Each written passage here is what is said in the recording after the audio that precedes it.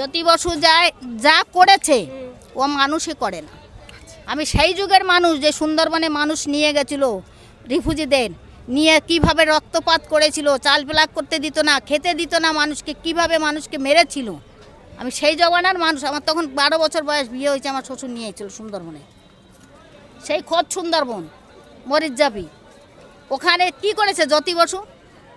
জ্যোতি বসুর কেলেঙ্কারি নাই? লোকে বলে জ্যোতি বসু ভালো ছিল, জ্যোতি বসু ভালো ছিল না।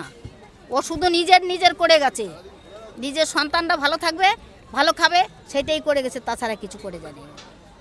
আর মমতার সরকার, ও মমতাই করছে, ওর থেকে ডবল করছে, ওর থেকে ডবল করছে।